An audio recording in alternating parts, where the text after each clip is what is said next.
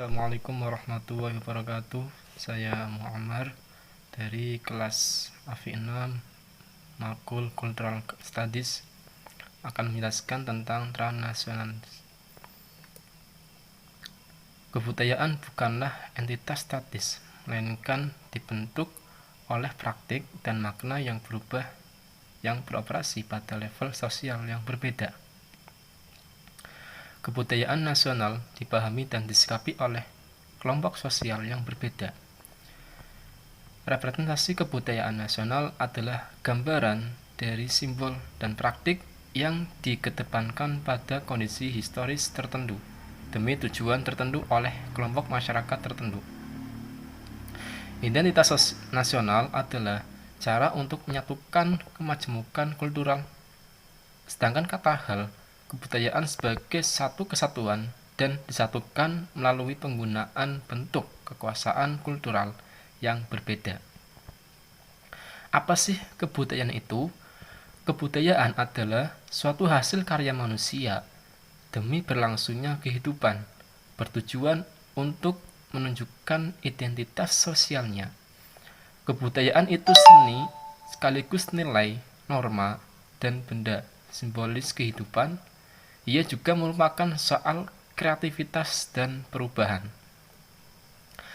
Kebudayaan terdiri dari dua aspek, yaitu makna dan tujuan. Sedangkan makna sendiri sebagai seni, yaitu kebudayaan sebagai proses penemuan dan usaha kreatif yang khusus.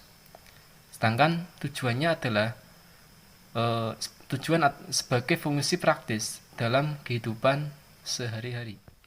Beberapa tren semasa kini, yang pertama ada fashion. Fashion yaitu tatanan atau penampilan dari busana atau pakaian, yang mana baik laki-laki maupun perempuan, apalagi dari kalangan remaja atau kalangan milenial, yang mana sudah menyukai atau menyenangi produk-produk luar negeri.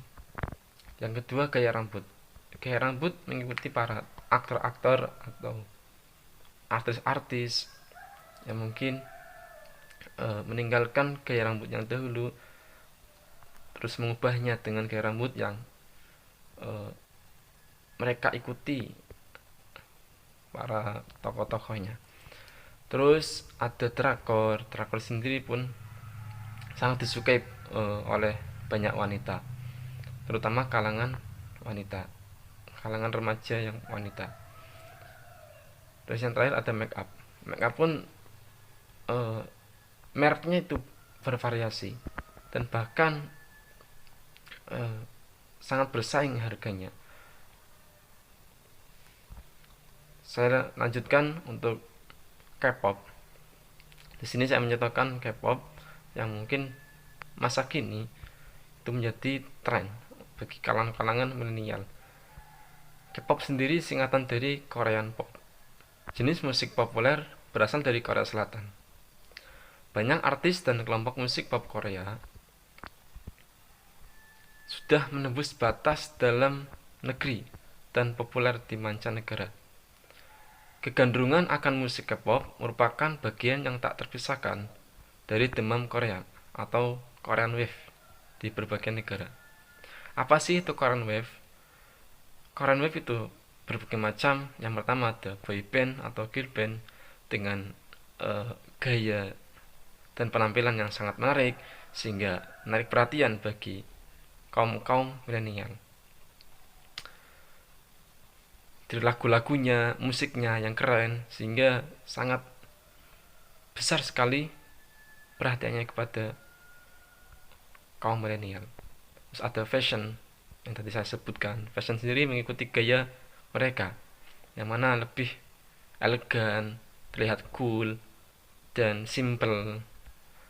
Terus Korean drama, yang mana ditampilkan oleh para aktor yang ganteng, cantik, sehingga sangat banyak yang menyukainya.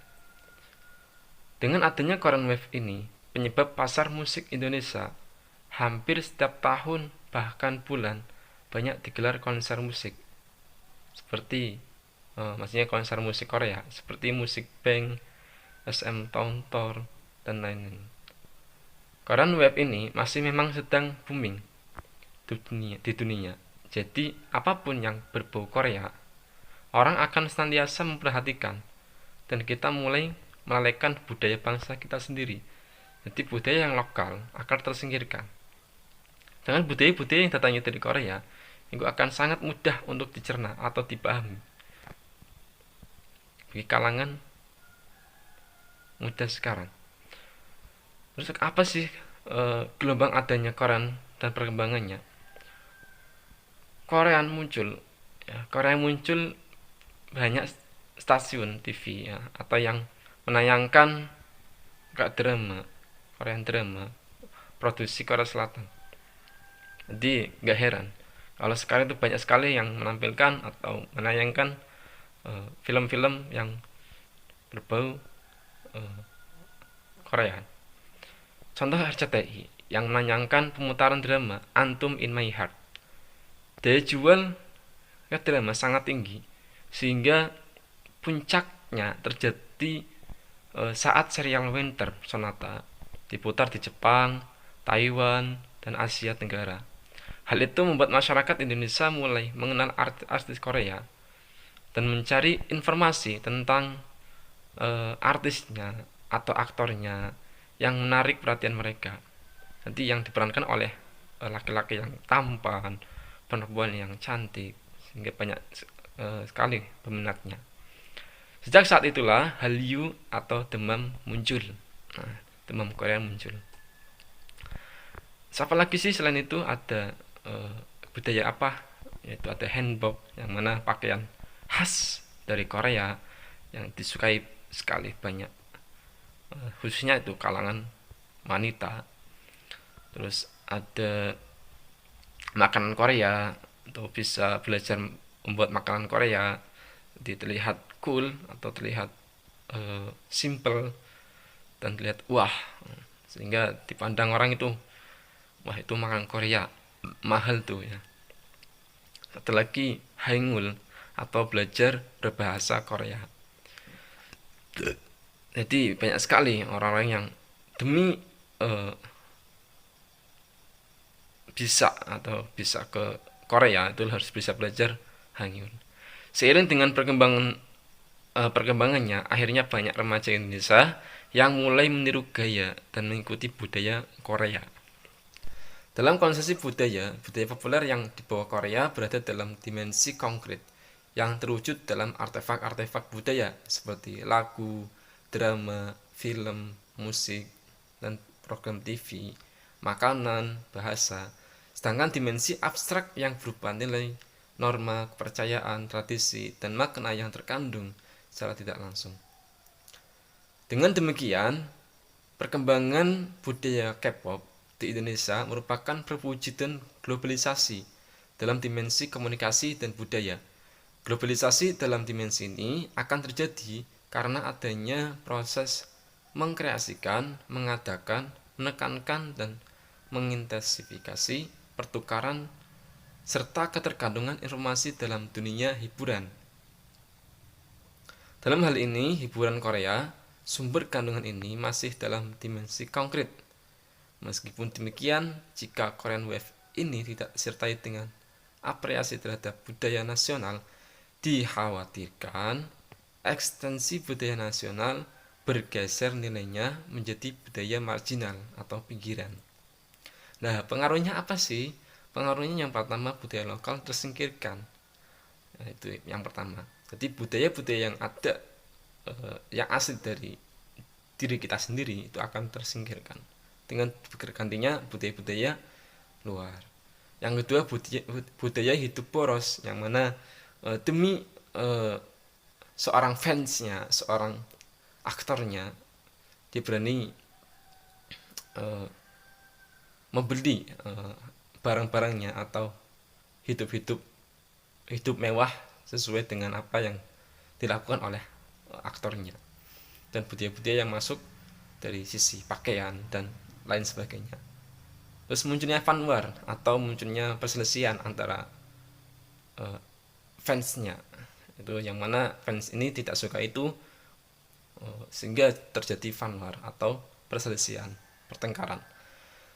Munculnya pornografi dan porno aksi dari serial yang kita lihat, dari film drama Korea yang mana menyajikan berbagai macam aksi romantisnya, baik dari ciuman, pelukan, sehingga akan menjadi gairah atau semangat bagi yang menontonnya, sehingga akan muncul porno aksi.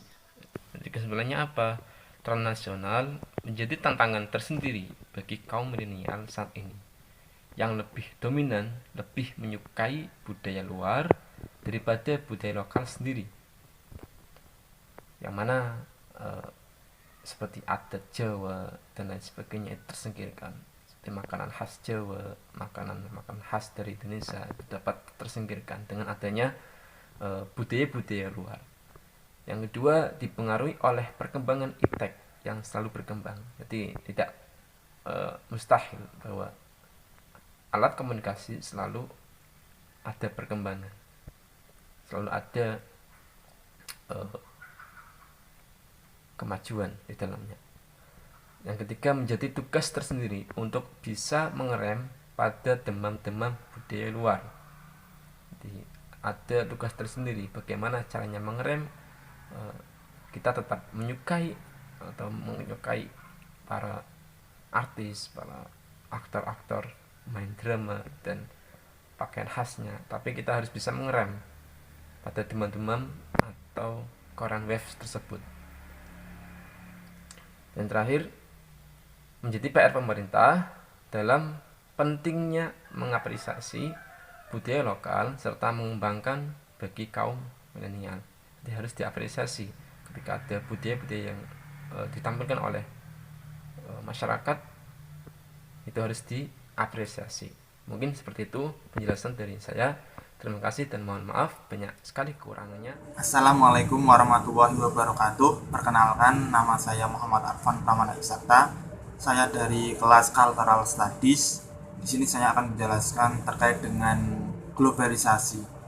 Nah, globalisasi itu apa? Globalisasi itu adalah meluasnya suatu perubahan kebudayaan dan ilmu pengetahuan di seluruh penjuru dunia. Jadi ada perluasan di dalam ranah baik itu kebudayaan dan juga tentang ilmu pengetahuan seperti itu. Dan juga untuk globalisasi ini juga terdapat batas negara. Namun batas negara ini mulai pudar semakin perkembangan zaman. Jadi mulai tidak ada sekat di antara negara satu dengan negara lainnya. Hal ini dipengaruhi oleh teknologi dan juga informasi.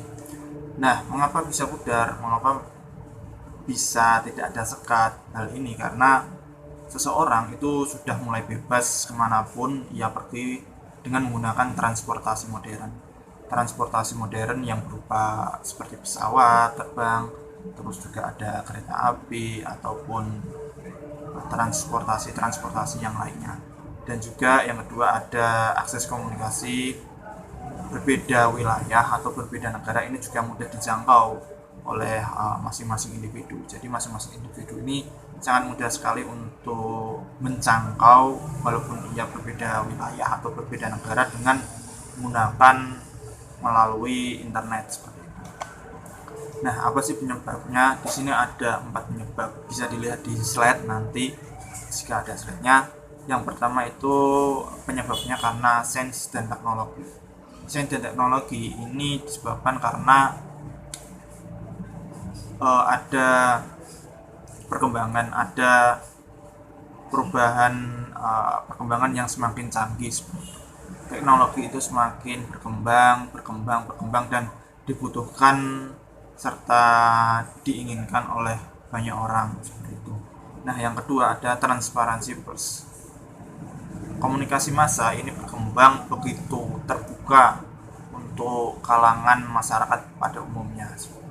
Yang ketiga ada migrasi penduduk. Jadi penduduk ini sangat bebas sekali untuk berpindah, baik itu ke wilayah satu ke wilayah yang lainnya atau negara satu dengan negara yang lainnya. Jadi seperti itu. Yang keempat ini ada pasar bebas. Pasar ini sangat mudah diakses sekali oleh seluruh umat manusia yang ada di dunia. baik itu di negara secara lokal, internal ataupun eksternal seperti itu. Nah, lalu bagaimana dampak globalisasi tersebut? Nah, dampak globalisasi ini tidak bisa di stop seperti itu. Jadi globalisasi ini tidak bisa dihentikan karena ilmu pengetahuan dan teknologi ini selalu berkembang mengikuti dengan perkembangan waktu yang semakin kesini semakin modern. Lalu dampak terbesar apa sih dari akibat globalisasi tersebut? Nah, dalam sektor ekonomi ini transaksi ini lebih mudah dan variatif. Kita bisa memakai aplikasi online menggunakan jaringan seperti itu, melalui internet seperti itu. Nah, namun di dalam kemudahan ini juga menimbulkan dampak negatif atau tantangan yang perlu kita hadapi. Jika produk lokal yang kita miliki ini tidak mampu bersaing dengan produk-produk luar negeri. Nah, tantangan apa sih? Ini ada 3 tantangan. Yang pertama, pasar tradisional ini mulai luntur. Pasar tradisional ini mulai ditinggalkan oleh banyak seseorang, banyak orang-orang, karena mereka menganggap bahwa pasar tradisional ini sudah tidak relevan untuk saat ini seperti itu. Yang kedua, pengangguran itu meningkat. Kenapa? Karena pegawai atau karyawan ini sangat sedikit sekali untuk dibutuhkan dalam pabrik-pabrik atau perusahaan. Yang ketiga, ini kesenjangan yang merajalela. Kesenjangan ini ada karena memang ya itu tadi, karena ada dampak-dampak di mana produk lokal ini sudah atau semakin lama ini tidak diinginkan oleh negara kita sendiri. Negara kita sendiri itu memilih untuk produk-produk lokal, produk-produk asing maksud saya, yang lebih menurut mereka mungkin lebih bagus, mungkin seperti itu. Dan dampak globalisasi ini juga menyisir di dalam sektor sosial budaya. Jadi kehidupan semakin modern dan global. Kehidupan ini semakin canggih, kehidupan ini semakin semakin kaya lah. Jadi masyarakat ini tidak dibatasi oleh apakah kamu berada di kalangan miskin atau kalangan kaya, itu tidak dibatasi. Hal ini karena masyarakat yang dianggap miskin itu juga bisa melakukan apa yang dilakukan oleh kalangan kaya. Nah, ini juga ada dampak atau tantangan yang perlu dihadapi jika di dalam masyarakat ini tidak mampu untuk memfilter budaya-budaya asing. Apa saja sih dampaknya? Yang pertama ada degradasi budaya, ada dekadensi moralitas, dan juga ada radikalisasi ideologi. Lalu kesimpulannya apa? Jadi budaya dapat menjadi salah satu aspek yang sangat berpengaruh oleh globalisasi. Karena apa? Karena budaya ini sifatnya itu dinamis, dan sifatnya ini dapat berubah sesuai dengan kebutuhan zaman seperti itu. Dan juga globalisasi ini menimbulkan homogenitas di mana terjadi penyatuan dan standarisasi budaya secara global.